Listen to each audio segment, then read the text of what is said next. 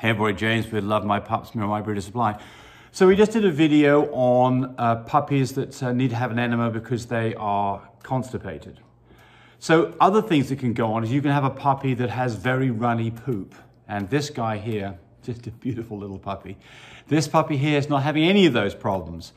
But I'm just going to use this as my guinea pig to talk about this in general. Okay, so the other possibility is you don't have a constipated puppy, you have a puppy that has really runny mess. What do you do?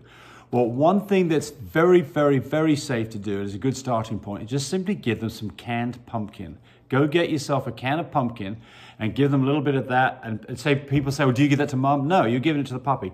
Take some canned pumpkin, put it on your finger, stick it up in the roof of their mouth and let them eat that. And give them a few goes at that. That can really help solidify up a loose stool.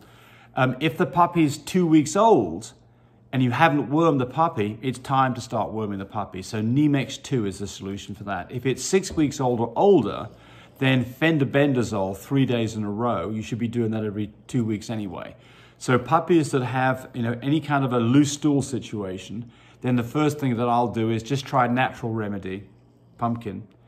And then after that, if they're old enough, 2 weeks or more, then you got to start treating for worms. And that, other causes of runny stool, of course, are things like, very common things in puppies are giardia, which by the way, you can treat with fendobendazole or safeguard, but a better treatment is metronidazole, which is an antibiotic.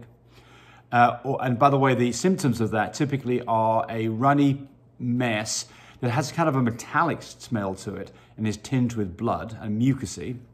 Coccidia, and you treat for that with Albon. There are other treatments as well. And that, by the way, one thing that we do is we pre-treat with a product called Terotrazil, which is a horse product, but it actually prevents coccidia in the first place. And I actually recommend you start doing that at a fairly early age and try to avoid coccidia completely.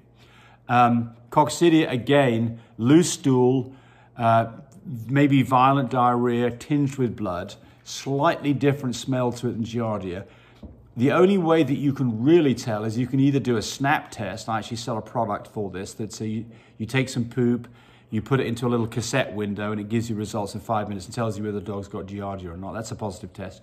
The other thing you can do on this is that you can get a fecal sample. And what the doc does is you can take some poop that's on in the floor of the crate, collect it up with a spoon, put it in a plastic bag, take it to the vet, give that to the vet, and they'll do what's called a flotation test.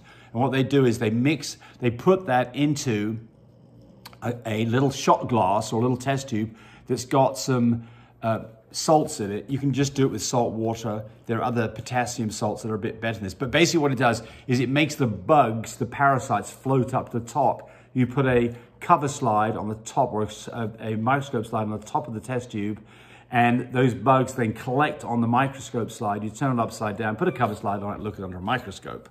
And then you can identify the various parasites that might be infecting that dog. That's the best way of doing it because then you can get the right treatment. But the first thing, look at that puppy. That's a pretty little, this puppy's spoken for, by the way. Don't call me up about this puppy. All the girls in this litter are spoken for. Just a beautiful puppy. So, all right, so there you go. So runny mess, try to solidify it up with some pumpkin. And then if it continues to have a problem or there's blood-tinged mess, then it's definitely time to find out what the parasite is that's causing the problem. Coccidia, hookworms, roundworms, strongles, tapeworm, they're all very treatable, but you need to get the right medication. And the first sign of this is not impending death to your puppy. These things are extremely fixable. Sometimes they can be pretty tenacious and it can take a while to get rid of them.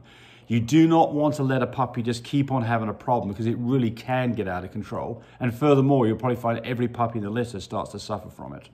And the other thing is if you're having a worm problem, treat mum too.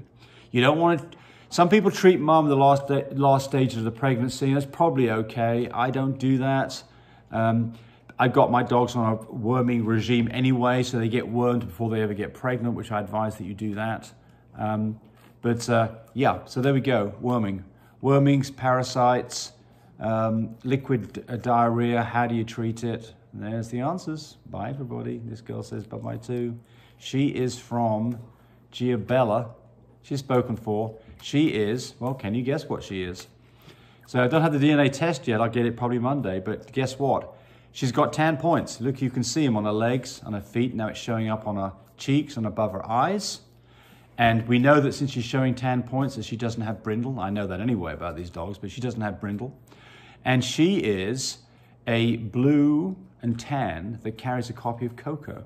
And we will confirm that with the DNA results that we will get probably in about 3 days from animal genetics.